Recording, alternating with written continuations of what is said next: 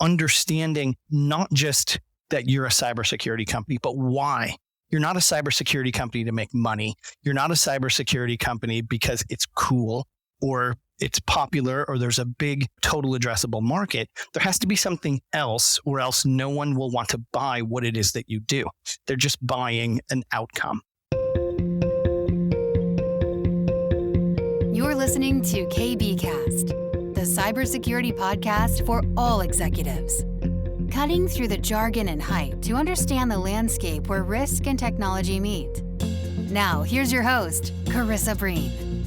Joining me today is Chris Pogue, US Director of Digital Forensics and Incident Response from CyberCX. And today, we're discussing Australian cyber businesses expanding into the United States. So Chris, thanks for joining, and it's wonderful to get you back on the show. You were sort of original gangster on the early days, so now it's wonderful to have you back. So thanks for joining. Yeah, thanks for having me. And I was just laughing when you said that, because that's immediately what I thought is I'm OG KBKast. Oh my gosh, so true. Feels like ages ago.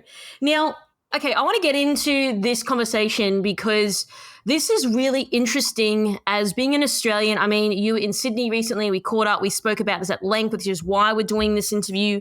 You are obviously American. So I'm really keen to start with, when you speak to American cybersecurity companies, and not all of them, but some say, yeah, so an Australian company, so what? So where does this line of questioning sort of stem from? It's kind of like no one really cares about us Aussies. It's very interesting, to your point. And I've worked, strangely, in Australia for almost the last 10 years. And so as an American, it's not a new thing for me to see that sort of almost dismissive positioning. And I think where that originally stems from is Americans are very independent, right? It's sort of our heritage. We're born out of revolution, right? We told the British to bugger off a long time ago, and we've just been, sort of fiercely independent ever since.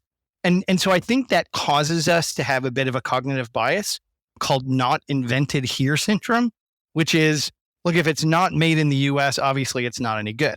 And so I don't know that is exclusively the position, but it is a pretty popular position. And there's this notion of, if it were a good idea, we would have thought of it already.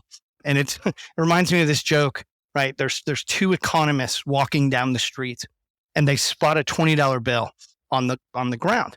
And one of the economists leans over to pick it up, and the other one stops him and says, "Don't even bother, it's counterfeit." And he looks at the guy and says, well, how do you know it's counterfeit? And the other economist responds and says, because if it were real, someone would have picked it up already. And so there's this notion of, if it's a good idea or if it's something that the market needs, it's already been done. But we know from the history of business that that's not the case, right? We have organizations like Uber, like Airbnb, that become these sort of new market players in these areas where they had never even been thought of as a contender before. And I think it's because no one has the lock on good ideas, right? And I think challenging the status quo is how all progress is made, not just in this space. Yeah, look, I totally hear what you're saying. And look, you are right. I guess Hollywood and Friends hasn't made it easy for us Aussies. I think I was telling you that when I was in the US for a month, the old joke about this is not a knife, this is a knife kept coming up, and about shrimp on the Barbie and all of that, the Crocodile Dundee stuff. And I was like, look, I've seen that movie once, maybe 20 years ago. And majority of Australians are just not like that. So I think it's about changing that lens then a little bit. But I guess it's kind of hard because there's there's really strong, capable companies out here in Australia. And what often happens, as you know, overlooked, it's who cares? You're some Aussie-based company. I mean, look, at the moment, there's a fair few Australian-based cybersecurity startups that are failing because they can't get the support, they can't get the traction. So it's disappointing then to hear that. So then I sort of want to lead me to my next question around, maybe from your point of view, Chris, why should Australian companies with a DFIR lens look to land and expand in the US? Because all the things we've just spoken about already, it's not like it's just an easy bridge to get into this market. So I'm really keen to hear your thoughts, because I mean, this is what you guys at CyberCX are doing at the moment, right? Right. Yeah, I think the draw, right, is the size of the market. I did some research prior to the podcast, and I'm gonna give a few numbers. I can give you some background into those, but I'm using a multitude of sources and trying sort of to land in the middle.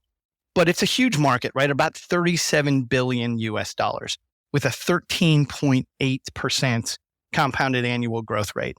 That is an amazing total addressable market. And so it doesn't shock me at all that any country, right, Australia included, would want to expand into the US. Now, with that huge market comes a huge number of players. So it's not, like in some other countries, like in Australia, where you have, competitors, and there's a fair number, but there are hundreds of competitors in the US that all sort of do the same stuff. And so the challenge then becomes, how do you differentiate yourself, right? How are you not just another cybersecurity company in the US? You're not in Silicon Valley, so why should we take you seriously? And so this expansion really isn't for everyone, right? You need the kind of organization that can achieve success in the US, which requires a certain scale and breadth of capabilities. And so we've been doing our homework here in the US and looking at the market to determine what are our competitors doing really well, right? There's heaps of competitors in the US that are just great at what they do. So who are they, and what are those things that they do really well? Because then we can look at, well, what are the market needs?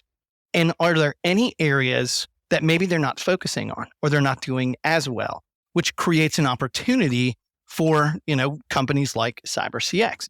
And so what we've seen is there's a real appetite for cybersecurity providers to have a range of capabilities under one roof. So instead of being strictly a DFIR company, right, CyberCX has 9 different disciplines of services that it offers, from, the proactive to the reactive. And there's a real market appetite for that in the US. This is, CyberCX's strength. And I believe it's what differentiates us from our competitors. In addition, right, there's been some really cool activities recently that have kind of underpinned this conversation, in that cybersecurity is not a US issue. Yes, we have a huge, GDP, right? It's almost $23 trillion, a little over $23 trillion.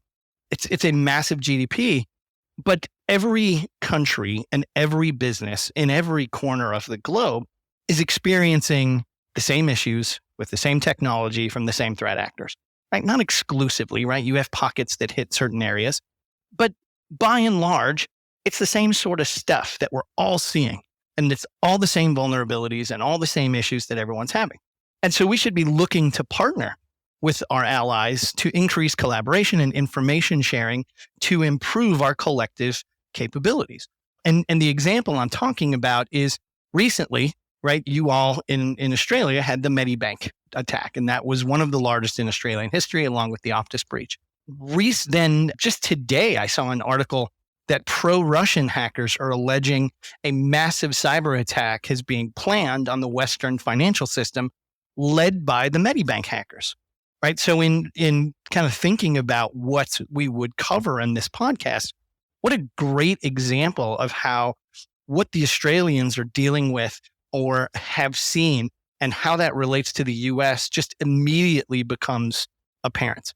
And so having that global perspective to include our operation expansion into the United Kingdom gives us a really holistic view of the threat landscape that's not restricted to any one region, but allows us to leverage our market presence in all of these regions to give us a really clear, holistic picture.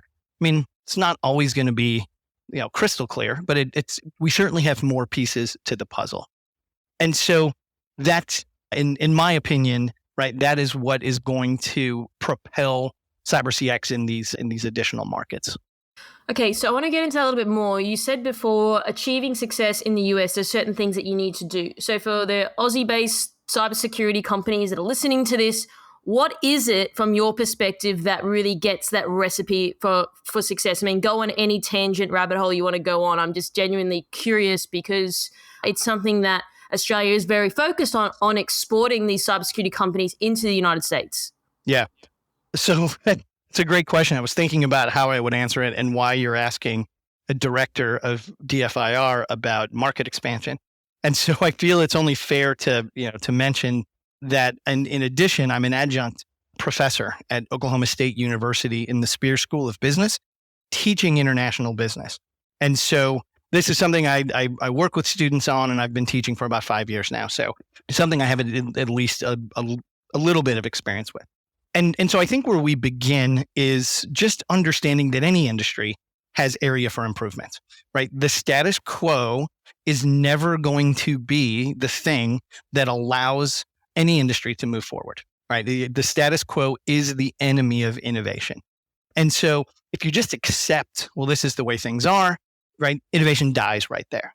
As we said earlier, Uber did this with transportation. Airbnb did it with lodging, right? There are lots of these types of really great ideas that can surface if you're looking for them, right? So understand your industry, understand there's always area for improvement, because everyone has smart people, right? And the technology is largely understood by most companies that operate within that industry. So that differentiator has to be something beyond just the technology.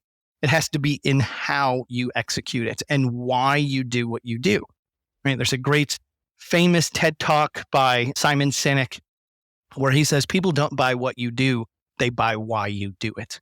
And so understanding not just that you're a cybersecurity company, but why. You're not a cybersecurity company to make money. You're not a cybersecurity company because it's cool or it's popular or there's a big, total addressable market. There has to be something else, or else no one will want to buy what it is that you do. They're just buying an outcome. And so for me personally, ever since I was small, I've had a visceral response to injustice. Right? I was the kid that got in fights on the playground because someone else was being picked on, and I just thought, no, that's wrong. You can't do that. You can't pick on these other kids. And so that's what sort of compelled me to join the United States Army, where I served for 13 years.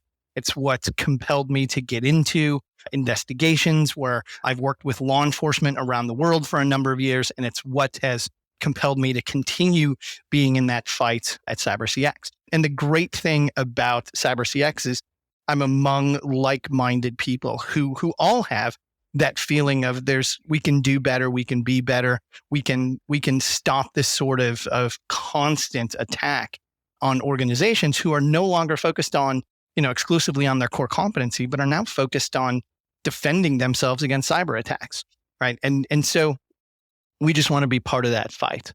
And some advantages then for Australian companies, kind of going back to your original question about how and why Australian companies should look into expansion.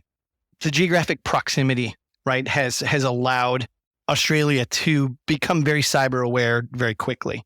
I know your Home Affairs and Cybersecurity Minister, Claire O'Neill, indicated that it's her vision to have Australia be the world's most cybersecure country by 2023. And that's a very audacious claim that I don't think any other country is making. But I think, if anything, Australians have the capability of doing that, right? All of the times I've been there over the last 10 years, it's taken very seriously. And organizations really have a genuine desire to want to improve their position and want to be more cyber ready. And it really is, I don't know if it's completely unique, but it's definitely unique in a large percentage of the world. And the other interesting bit is the smaller Australian market leaves less room for error, right? So that means, the market there, we talked about the US market being about 37 billion. The Australian cybersecurity market is about 2.2 billion.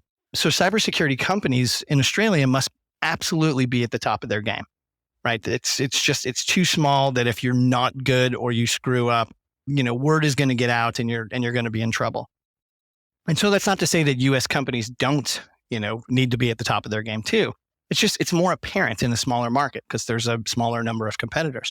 And so I think the Australian cybersecurity companies that get to the point where they want to expand are really the top tier companies because they've survived in that market. They've been able to thrive.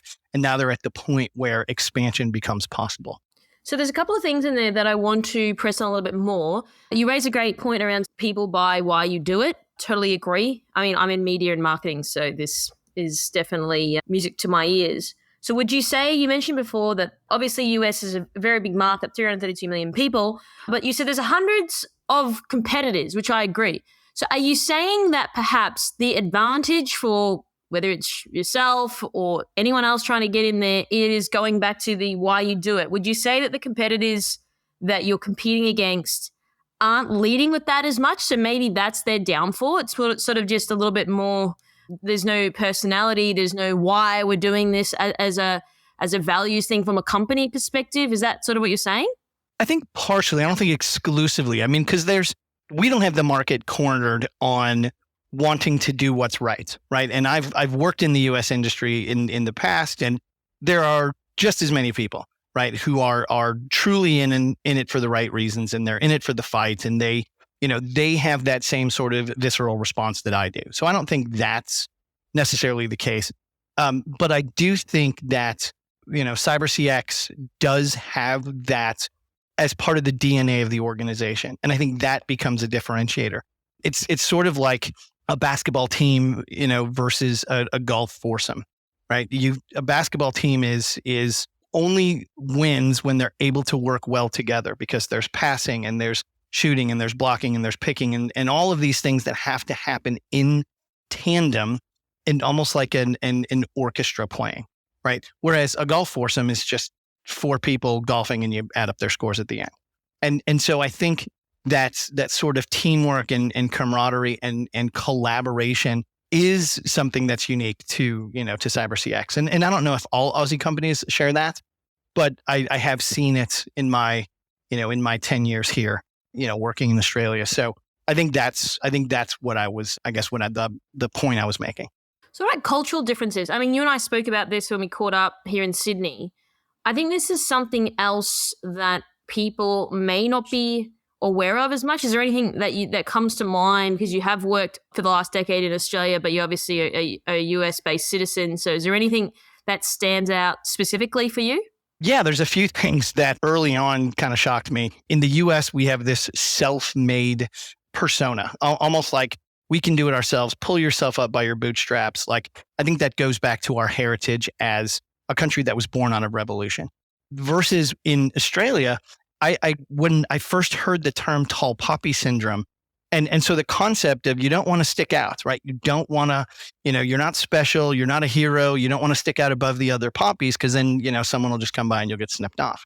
Those two concepts don't obviously permeate the entirety of the population of both countries, but they're significant enough that they've become part of the common lexicon.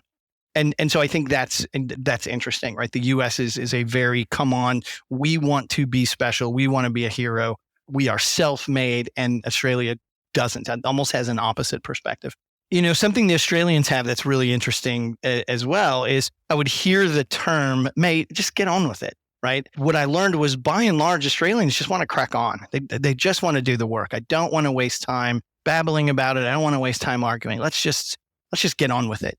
And in the US, and I don't know if this is more a function of, because it's not that we don't want to get on with it and work, but I think there's more dialogue. I don't know if it's that we want to be heard more, or we think there's more value if we are engaged in the dialogue and we want to have our opinions heard. But I think that's something that's culturally a bit different in Australia, and that's, the US doesn't necessarily share. So you guys, hat tip on that. It's something I've picked up, and I've tried to apply as much as I can. And I think the other part is personability, right? Everyone I've met in Australia has just been so nice and very personable. I mean, I commented, to my wife once, I think I've only run into a handful of people who weren't just very, very nice. And it was at the airport. It was like the people that were checking my bags on the way out of Sydney. And so I think from a business perspective, that market size and those dynamics for having less room to have a bad reputation becomes more prevalent, right? And in contrast, then there's more benefit from a good reputation. And so I think that personability, because you're just so used to being in a smaller country where you can't hide amongst 350 million people or 33 million businesses, you have to be a bit more, front and center, which causes you to, want to collaborate better, which then, leads to better outcomes as a business. And so I think those are the things that stand out to me the most. Yeah, I definitely hear what you're saying. So, okay, you spoke before about more dialogue. What do you mean? So do you mean like more meetings? I mean, this is interesting. So you are right, mate, just get on with it. That's definitely a thing that people say. But I'm curious, when you say dialogue, is it like more talking to, like, for example, if you're a client and you're a service provider, is there more of that needs to happen versus Australia culturally? You don't do that as much? Yeah, I think it's a lot of cultural nuance isn't in place just because, right? It's backed up by history, which is backed up by, historical activities that have taken place, and sort of it roots the culture of that particular country in that way, right? As an example, one of the things I teach my students is about the Japanese concept of reading the air, right? And it's not just what is understanding what's being said, but understanding what's not being said. And so it's a very, very high context culture, as opposed to the United States, which has historically been a melting pot of other cultures and people from other countries. It's a very, very low context culture. So we have to tell people what we're going to tell them, and we tell them what we told them, right? We want to be very specific with the language that we use. And so there's almost no concept of reading the air. The fact that has been part of the Japanese culture is rooted in the fact that it's an island and it didn't have a bunch of immigrants coming in for thousands of years, and everyone speaks the same language with maybe some dialectic nuance. But it allowed them to learn how to read each other really well and pick up on what's not being said, as opposed to, what we talked about in the US. And so just make that point to illustrate that these challenges, right? And I'm going to put those in air quotes, or as you would call inverted commas, to indicate that they don't just exist for the heck of it, right? They exist because of a foundational set of reasons. And I believe those reasons, a lot of them are rooted in the United States being born out of revolution, right? And I know I've talked about that before, but we are not in the Commonwealth. We used to be, right? We chose not to be anymore, and we fought a war over that. And so we're fiercely independent. And so we want to have our opinions heard. It almost like it harkens back to taxation without representation, where if we're going to be a part of something, dang it, we want to talk about it and we want to have a dialogue about it. And in some cases, that's great, right? I think there is tremendous value in collaboration. There's tremendous value in groups discussing things because, the diversity that different people bring and the different backgrounds and the different experiences. I mean, there's heaps of research that show you can get to better outcomes through that. So I'm not talking about quashing that or somehow suppressing that, but in some instances it gets sort of onerous. It hits the arrested development where we're talking, we're not making any more progress, right? And I think that's tendency is a bit more present in America than it is in Australia, right? I've seen in business there, we want to talk about it, we want to have a dialogue about it, right? Let's go back and forth. And then at the end of the day, we can completely disagree with our fellow Australian, coworkers, and there's no hurt feelings, right? We go have a pint at the pub and everything's fine. Whereas in the US, there would be some hurt feelings and some challenges there. Not exclusively, but I think to a larger degree than is present in Australia. Yeah, okay, that's an interesting observation. The other thing as well so a friend of mine who works in cybersecurity, he's in Australia, spent some time working down in San Diego, and he said, you'll never have a bad meeting in America. Whereas in Australia, from a sales perspective, you kind of know where you stand with people. So I don't know whether you've experienced that, though, if we want to get into the nuances of things. These cultural nuances. Having a bad meeting can be taken as a personal attack, right? And so if you don't agree with me, or if you don't agree with the things I'm saying, right, you're creating conflict, and then you can be seen as being contentious, and there's a different sort of interpretation that then adds complexity to the conversation. And so sometimes it's just easier to not, and it's easier to get along, and it's easier because it doesn't introduce that sort of uncomfortable conflict. As Americans, I don't think in the business sense that we're conflict averse. I think we pick our battles and decide, look, there's hills to die on, but just not many of them. And if this isn't one of them, then I'm not going to dig my heels in. And so I think that sort of cultural positioning on, look, let's not create conflict where there doesn't have to be conflict. Let's just kind of cruise through this meeting, and then we can knock by X or Y or Z later on, as opposed to making it so challenging through the meeting. So I think that's by and large what we see. So I know that we've spoken about cultural challenges as well as the opportunity. So for companies that are looking to perhaps expand into the US, what would you say would be the biggest challenges though, if we sort of were to zoom out a little bit more? Because look, starting a company in any country is hard enough, but then when you're moving into a new country, like some different nuances, there's different cultural differences, there's different market, there's different people. What are the things that you can sort of touch on? Because you've kind of in a way already have done this with CyberCX, but you've also worked in Australia and the US the last decade, as you've alluded to. So maybe that would be helpful for people, because I think that maybe when people are considering this move or exporting their services there, maybe there is things that they don't take into account when doing that. So it'd be great to hear it from yourself, Chris. So I think to start off with, just kind of the basics of any business expansion, right? And I teach my students this. This is part of our semester when we talk about, okay, you have a business based in a host country and you're moving into a target country. And so the first thing is understand your TAM, SAM, and SOM, right? Or your total addressable market, your serviceable addressable market, and your serviceable obtainable market. Like, how big is it? Is it a $32 billion market, or is it a $32 million market, or is it a $32,000 market, right? You have to make sure that it's going to be another Australian-ism, right? The juice is worth the squeeze, right? You have to know that you're going to do something, and it's going to be valuable in the market. And then what's your ideal customer persona, right? Who is it that you're going to sell to? Why are you going to sell to them? Why do they want to buy something from you as opposed to, something that's already available to them, right? So you got to kind of think of, well, who's my dream customer? And then where are you going to micro segment?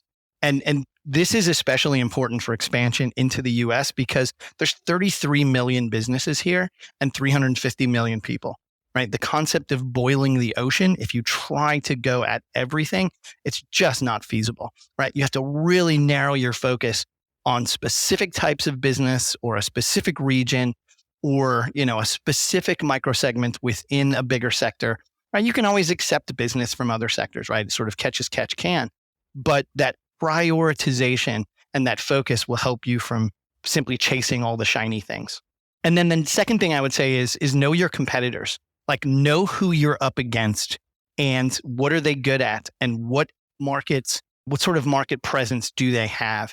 What do their clients like about them? What do their clients not like about them? Like, really do some good competitive intelligence gathering and analysis so that, when we go into the market, here's their areas of strength, here's their areas of weakness, et cetera. And then has your competitor's approach created opportunity for you?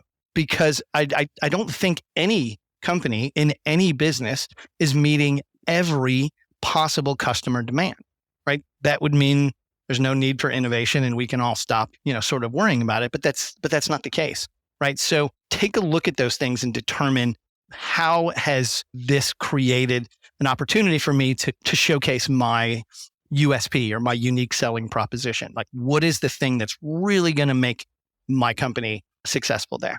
And then how do you communicate that, right? You have to tell people you can't be the best company no one's ever heard of, right? So you have to get the word out within, your target community of what your USP is and why you bring something unique to the table, and then how in working with you will give them a better outcome. Because you have this thing called customer switching costs, which is, look, I already use a cybersecurity vendor, Chris. I don't need to switch, right? Your products, your prices, it doesn't present enough of a difference for me to change, right? So that customer switching cost can be very high. Competitors or incumbents may have long-term relationships. They might go golfing on a regular basis. I mean, someone internal to that organization staked their reputation on bringing in this vendor. And so you have a pretty big hill to climb there with being able to take a customer from one area or from one vendor to another, unless you represent a materially better product that's going to produce a materially better outcome that you can illustrate in a way that says, look, it's not just switching, from vendor A to vendor B and getting the same outcome, right? Switching to CyberCX gives you a significantly better outcome at either the same or a lower price point, thereby making that customer switching cost at least more palatable to the customer. Because it's not going to be easy, right? Anytime you unseat an incumbent, it's difficult for everybody. But to have that outcome be so much better than what it is that they're actually doing today is where you can then unseat those incumbent providers. And then be commercially savvy, right? There's a difference between price and value, right? Understanding how much something costs and the value you derive from having that thing. And it's up to us to articulate that to our customers. They're not going to know that intrinsically. And if they did, they wouldn't need us, right? So we want to be able to show, look, everything has a price. And what you pay for that is not necessarily reflexive of the value. It is sometimes, but there might be things I value more than you do. Like I play guitar. I might value my guitar, or if I saw a Joe Satriani Ibanez guitar, I would value that probably higher than you would. And I don't know that for certain. Carissa, you might, play the guitar and know what a Joe Satriani Ibanez is, but maybe not. Versus if you have something that you value, like whatever it may be, you really value, your running shoes or your dog or your car or whatever the thing is, the price of that thing or the cost of that thing is almost irrelevant because I place personal value on something. And then that makes that, the price discussion a bit different. And so really understands the difference between the price that you're offering for whatever the thing is and the value that the customer is going to derive from that, because those are two different things. And so once you can do those kind of basic things, then you have to look at the cultural components. And so we do in Spears, we do a whole section on expatriates and understanding the type of people that you need to work in other countries. They have to be socially flexible. They have to be culturally malleable. You can't have someone like Crocodile Dundee, as the example you used early on, come to New York and be successful in Manhattan, right? So it's the type of person, it's how well they can work, with limited supervision because they're away from the mothership. There's a whole litany of things that you want to have when you put those expatriates in those countries to work for a certain period of time to get things up and running. And then handing that over to some sort of local management that has the similar perspective of that sort of cultural, malleability. Because the last thing you want to do is hire local management that's just going to be in conflict all the time with headquarters in Sydney because, they just don't see eye to eye. And so once you do all of those things, then you have to go to market. And that's, in my opinion, that's where the real fun begins. The chess game of outthinking your competitors, of, trying to do something different and trying to do something better, succeeding, failing, success. All the stuff that makes business fun, that's that last piece. But if you don't do that first thing, it's kind of like trying to run a marathon, having never gotten off the couch and run a mile. Yeah, you might be able to do it, but you're probably not going to be very successful. Right? You have to go through those preparation steps to get you to the point where you can go, okay, now we're ready to put people on the ground, we're ready to execute, and we're ready to start working on obtaining market share. I love that. I think that's excellent. And I appreciate you being quite specific and giving examples. That's, why I love doing this show, because I think those things are important. And I think because you've had the best of both worlds, it makes sense that I asked you these questions versus the analogy you used before, like laying on the couch and trying to run a marathon without actually doing any of the work. So it makes sense that you're coming forward and you're explaining this and giving people insights, tangible insights. So I want to switch gears now. And I know that about a week before we did our interview, you sort of said you went to a conference and there was cyber recidivism that came up in a conference. So keen to hear what it is, and then maybe how does this impact our industry? It came to my mind not because of what was being said, but because of what wasn't being said. And so let me step back a little bit. I'll tell you just a little bit of a story, and we'll go on a journey here. And so the conference I was at, like many conferences, has speakers and they're communicating information, and they have pie charts and they're telling us about breach statistics and all this sort of stuff. And it was all really interesting. And then it got me to thinking about the interpretation of the data. Like, well, what does this actually mean for businesses in the next 12 to 24 months? Like, data is fantastic. I'm a total data geek. I love it.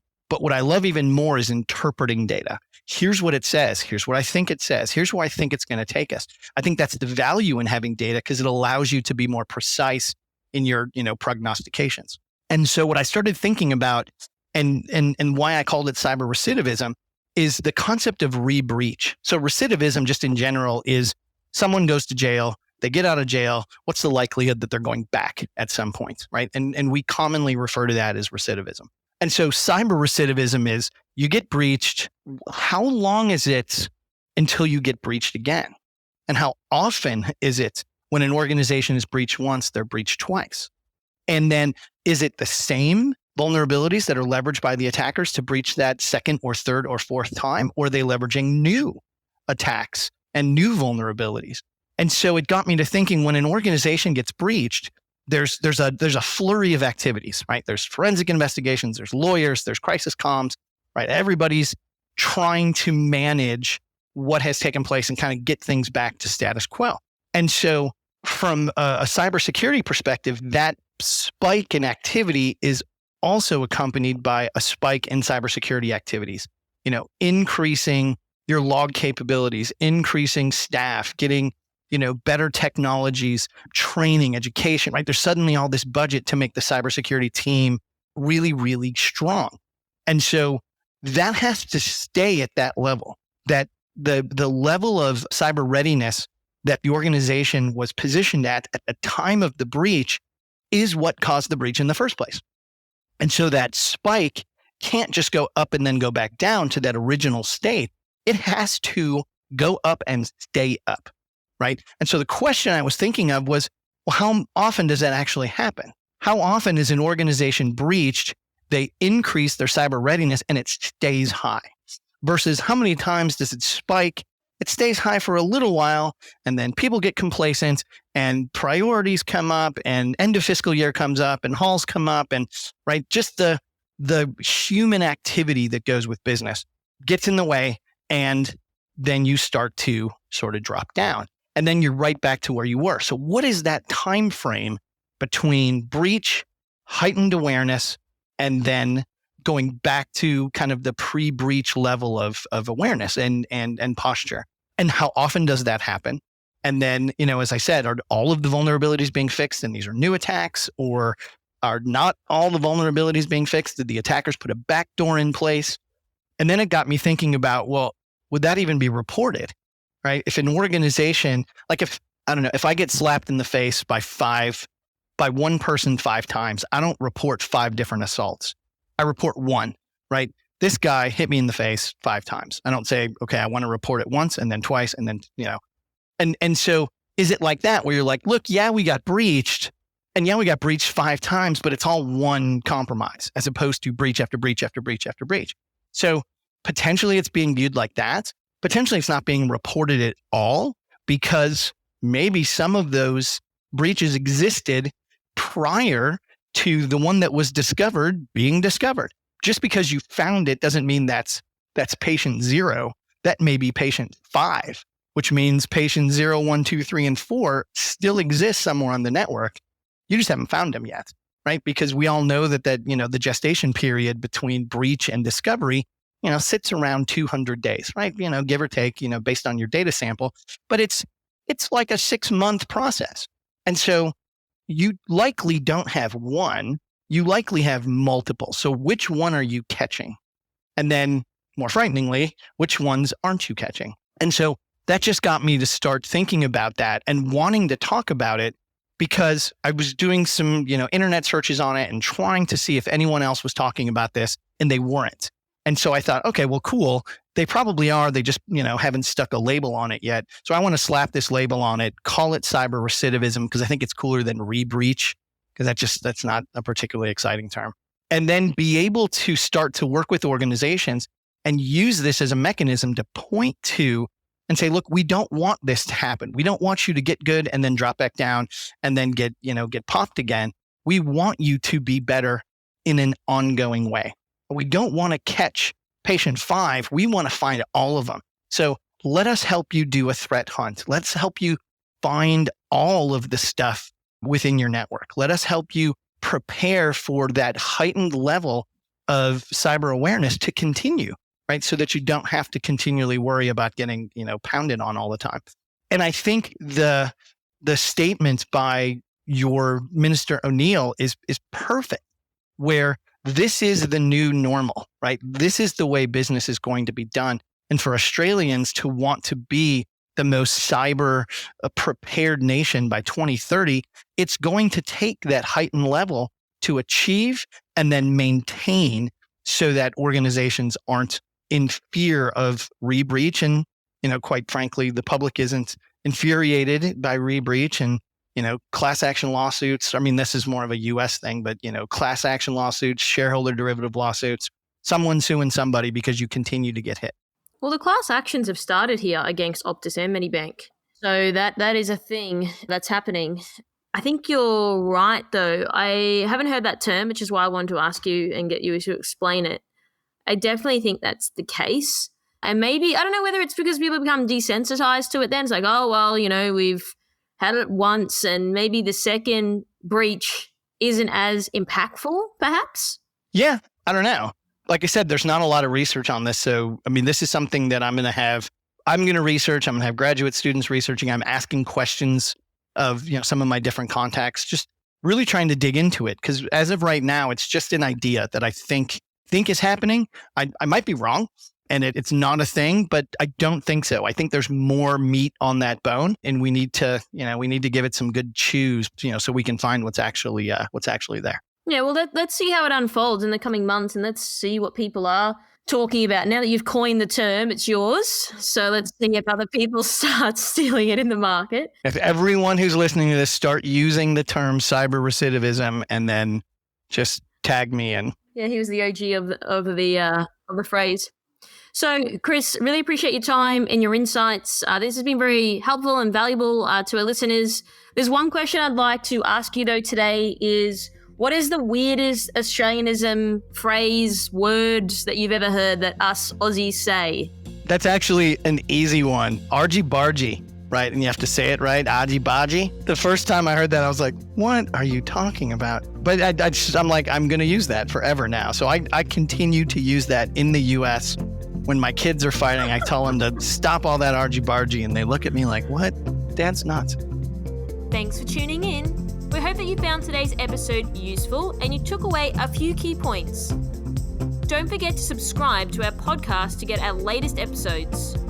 This podcast is brought to you by MercSec, the specialists in security, search, and recruitment solutions. Visit mercsec.com to connect today. If you'd like to find out how KBI can help grow your cyber business, then please head over to kbi.digital. This podcast was brought to you by KBI.media, the voice of cyber.